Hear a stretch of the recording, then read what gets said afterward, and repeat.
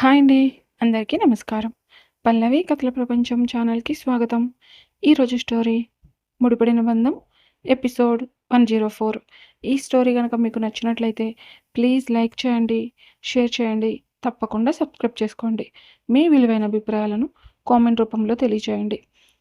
ఎవరైనా మన ఛానల్‌ని ఫస్ట్ టైం చూస్తుంటే గనుక ప్లీజ్ అండి దయచేసి సబ్స్క్రైబ్ చేసుకొని చూడండి. మీకు హైప్ కనిపిస్తే హైప్ పాయింట్స్ కూడా ఇవ్వండి. ఇక ఆలస్యం చేయకుండా స్టోరీలోనికి వెళ్ళిపోదాం. సంధ్య అనుమానంగా చూస్తూ ఏం జరిగింది అని అంటుంది. మధు గీత వైపు కోపంగా చూస్తూ ఉండడంతో సంధ్య మధుని పక్కకు జరిపి నువ్వు చెప్పు గీత, ఏం జరిగింది అని అంటుంది. గీత మధుకి అర్జున్కి జరిగింది మొత్తం చెప్పడంతో సంధ్య ఆశ్చర్యంగా ఏంటి ఇంత జరిగిందా అని కోపంగా చూస్తూ మా లైఫ్లో ఏ చిన్న విషయం జరిగినా నీతో షేర్ చేసుకుంటాం కదా మధు, నువ్వు మా దగ్గర ఎన్ని విషయాలు దాచావే, చివరికి అర్జున్ అన్నయ్య గురించి కూడా మాకెవ్వరికీ చెప్పలేదు అని కోపంగా అంటుంది. మధు చాలా కోపంగా ఆ ఈడియట్ నా లవ్ని రిజెక్ట్ చేస్తే వచ్చి ఆనందంగా అందరికీ చెప్పుకోనా, వాడికి నాకన్నా మా అన్నయ్యతో రిలేషన్ చాలా బాగుందంట అని చెప్పేసరికి సంధ్య తన నోటి మీద చెయ్యి వేసుకొని మధు కొంచెం చూసుకొని మాట్లాడు, నువ్వు మాట్లాడిన దానికి వేరే మీనింగ్ వస్తుంది అని అనడంతో మధు కోపంగా ఏ మీనింగ్ వచ్చినా సరే నాకు ఎలాంటి ప్రాబ్లం లేదు అని గట్టిగా అంటుంది. గీత కొంచెం కోపంగా మా అన్నయ్య గురించి నువ్వు తప్పుగా మాట్లాడితే నేను ఊరుకోను, మీ అన్నయ్య పెద్ద శాడిస్ట్ వాడు కాబట్టి ఏం చేస్తాడో అని భయపడి పాపం అర్జున్ అన్నయ్య అలాంటి డెసిషన్ తీసుకోవాల్సి వచ్చింది అని అంటుంది. మధు కోపంగా గీత వైపు చూసి ఏంటి మా అన్నయ్య శాడిస్టా, ఒసే మెంటల్ దానా, నిన్న విరాట్ అన్నయ్య స్వయంగా వచ్చి అర్జున్ని పెళ్లి చేసుకుంటావా మధు అని అడిగాడే, అలాంటి మా అన్నయ్య నీకు శాడిస్ట్లా కనిపిస్తున్నాడా, నువ్వు అర్జున్ని ప్రేమిస్తే చెప్పు, నాకు ఎలాంటి ప్రాబ్లం లేదు, మీ ఇద్దరికి దగ్గరుండి నేను పెళ్లి చేస్తాను అని నాకు మాట ఇచ్చాడు, అలాంటి మా అన్నయ్యని నువ్వు ఇష్టం వచ్చినట్టు మాట్లాడుతున్నావు, అస్సలు శాడిస్ట్ గాడు ఆ అర్జున్, వాడి మనసులో ఏముందో ఎవ్వరికీ చెప్పకుండా వాడే ఏదో ఊహించేసుకొని వాడే డెసిషన్ తీసేసుకుంటాడు, వాడు బాధపడుతూ అందరినీ బాధ పెడతాడు, అలాంటి వాడు నీకు మంచివాడు ఇలా కనిపిస్తున్నాడా అని అడుగుతుంది. గీత ఆశ్చర్యంగా ఏంటి విరాట్ సార్కి అర్జున్ అన్నయ్య గురించి తెలిసిపోయిందా అని అడుగుతుంది. మధు హా తెలిసిందంట, ఇప్పుడు కాదు ఎప్పుడో తెలుసు అంట, ఓపెనే నిజం చెప్తాడా లేదా అని మురళి అన్నయ్య విరాట్ అన్నయ్య వెయిట్ చేస్తున్నారు. ఆ శాడిస్ట్ గాడు అంత ఈజీగా ఎందుకు చెప్తాడు, వాడు చెప్పడు అని అర్థమై వాళ్ళు నా దగ్గరకు వచ్చారు, వాళ్ళిద్దరికీ నేను క్లియర్గా చెప్పాను, వాడంతట వాడే వచ్చి నాకు ప్రపోజ్ చేసినా సరే ఈ లైఫ్లో నేను వాడిని క్షమించను, చచ్చిన యాక్సెప్ట్ చేయను అని గట్టిగా అంటుంది. గీత ఆశ్చర్యంగా ఇదంతా ఎప్పుడు జరిగింది, అయినా మీ అన్నయ్య ఒప్పుకున్న తర్వాత నీకేంటి ప్రాబ్లం, హ్యాపీగా అర్జున్ని పెళ్లి చేసుకోవచ్చు కదా, అప్పుడు నీకు ఇంత బాధ ఉండదు అని అంటుంది. మధు చచ్చిన ఆ పని మాత్రం చేయను, పెళ్ళైనా చేసుకోకుండా ఉండిపోతానేమో కానీ నా లైఫ్లోకి వాడిని మాత్రం రానివ్వను, ఈ డిస్కషన్ ఇంతటితో ఆపితే మనం క్లాస్కి వెళ్దాం, అసలే ఈరోజు ఫస్ట్ క్లాస్ మా అన్నయ్యది అని అంటుంది. సంధ్య టైం చూసి ఇంకెక్కడి క్లాసే, ఫస్ట్ క్లాస్ అయిపోయి కూడా 5 మినిట్స్ అవుతుంది అని భయంగా అంటుంది. ప్యూన్ అక్కడికి వచ్చి మీ ముగ్గురిని విరాట్ సార్ రమ్మంటున్నారు అని చెప్పడంతో గీత భయంగా చూస్తూ అయిపోయామే, ఈరోజు మీ హిట్లర్ తన శాడిజంని ఖచ్చితంగా చూపిస్తాడు అని నీరసంగా అంటుంది. సంధ్య భయంగా చూస్తూ ఇప్పుడేంటి మన పరిస్థితి అని అనడంతో మధు కొంచెం కంగారుగా ఇంక చేసేదేం లేదు, పదండి వెళ్దాం, ఇంకా లేట్ అయితే ఏం చేస్తాడో అని అనుకుంటూ ముగ్గురు అక్కడ నుండి చైర్మన్ క్యాబిన్కి వెళ్తారు.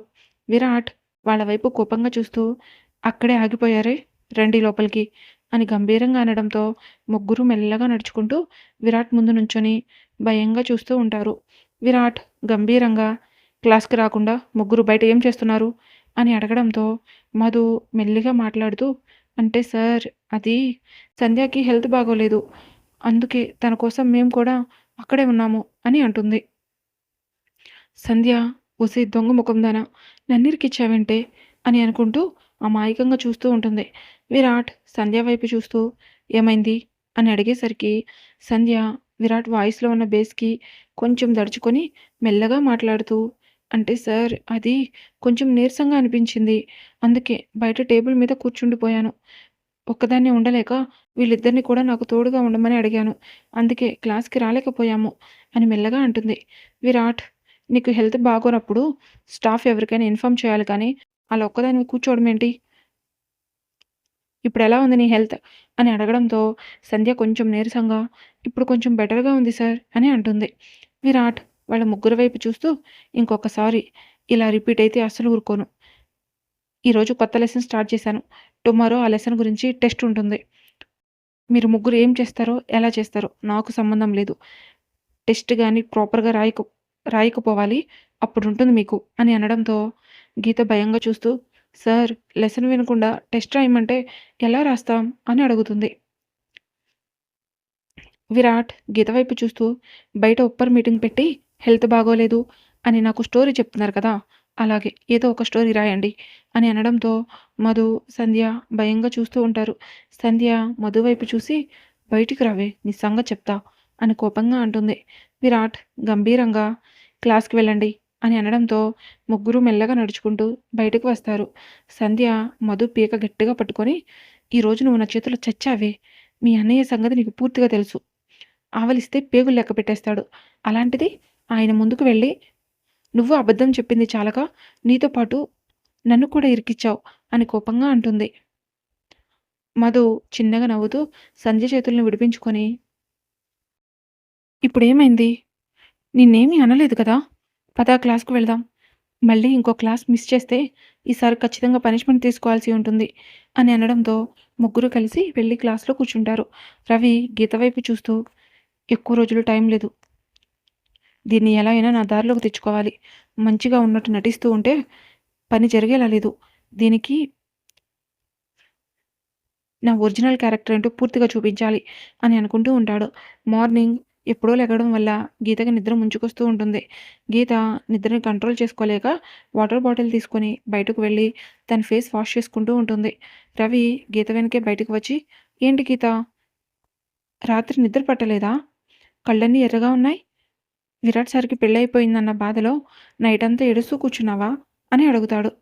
గీత కోపంగా చూస్తూ, "పిచ్చి పిచ్చిగా వాగావంటే చంపేస్తాను" అని అనడంతో రవి, "ఏం చేస్తావు? మొన్న అంటే ఏదో పరధ్యానంలో ఉన్నాను. అందుకే నువ్వు నా మీద ఈజీగా అటాక్ చేశావు. ఇప్పుడు నన్ను టచ్ చేసి చూడు. నీకర్థమవుతుంది" అని గంభీరంగా అంటాడు. గీత చిరాకుగా చూస్తూ, "సిగ్గులేదా నీకు? ఒక ఆడపిల్ల చేతుల్లో తన్నులు తింటున్నావు. తన్నులు తినే ఓపిక నీకున్నా ఇప్పుడు నిన్ను కొట్టే మూడ్ నాకు లేదు. మర్యాదగా పక్కకు తప్పుకో" అని ముందుకు వెళ్ళబోతుంటే రవి గీత చెయ్యి గట్టిగా పట్టుకొని, "ఏంటి మంచిగా మాట్లాడుతుంటే కూరలో కరివేపాకులాగా తీసి పక్కన పడేస్తున్నావు? వస్తావు. నువ్వే నా దగ్గరికి వస్తావు. వచ్చేలాగా నేను చేస్తాను. నా ప్రపోజల్‌కి మర్యాదగా ఒప్పుకుంటే నీకెలాంటి ప్రాబ్లమ్ ఉండదు. అయినా నేను నిన్ను వాడుకొని వదిలేస్తాను అనడం లేదు కదా! చక్కగా పెళ్లి చేసుకుందాం అంటున్నాను. ఇంత మంచి ఆఫర్ ఇచ్చినా ఎందుకే పొగరు చూపిస్తున్నావు?" అని కోపంగా అంటాడు. గీత కోపంగా చూస్తూ, "మర్యాదగా చెయ్యొదులు.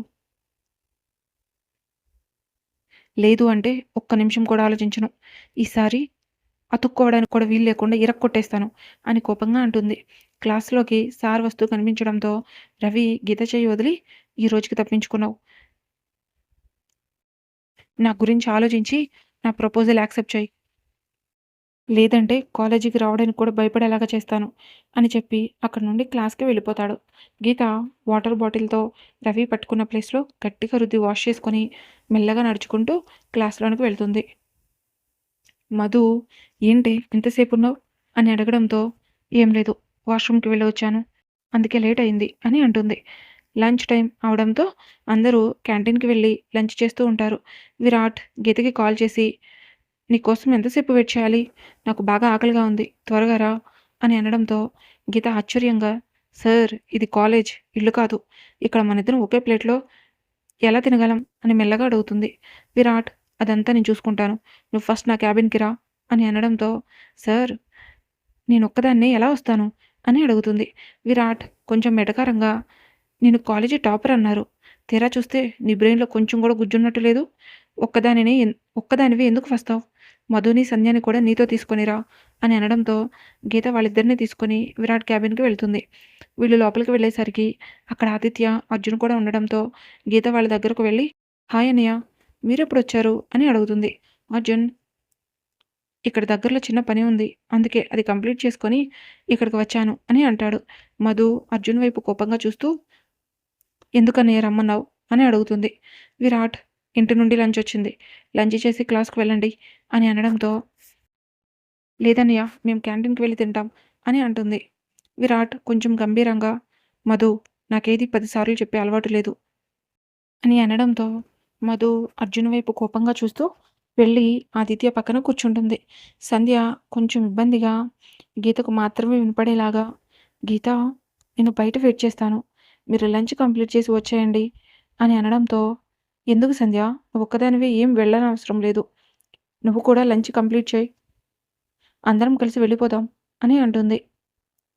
విరాట్ కొంచెం గంభీరంగా ఏంటి మీద డిస్కషన్ అని అడిగేసరికి గీత ఏం లేదు సార్, ఒక 5 మినిట్స్ లంచ్ సర్వ్ చేసేస్తాను అని అనడంతో సంధ్య కొంచెం ఇబ్బందిగా సార్ నాకు కొంచెం పని ఉంది, నేను క్లాస్కి వెళ్తాను అని అనడంతో విరాట్ గంభీరంగా అది ఎంత ఇంపార్టెంట్ పనైనా లంచ్ కంప్లీట్ చేసిన తర్వాత చేసుకో, నాకు మధు వేరు నువ్వు వేరు కాదు అని ఇప్పటికే చాలాసార్లు చెప్పాను, అయినా ఎందుకు నువ్వు ఇంకా ఇబ్బంది పడుతున్నావు అని అడగడంతో సంధ్య కొంచెం మెల్లగా అదేమీ లేదు సార్, నిజంగానే వర్క్ ఉంది అని అంటుంది.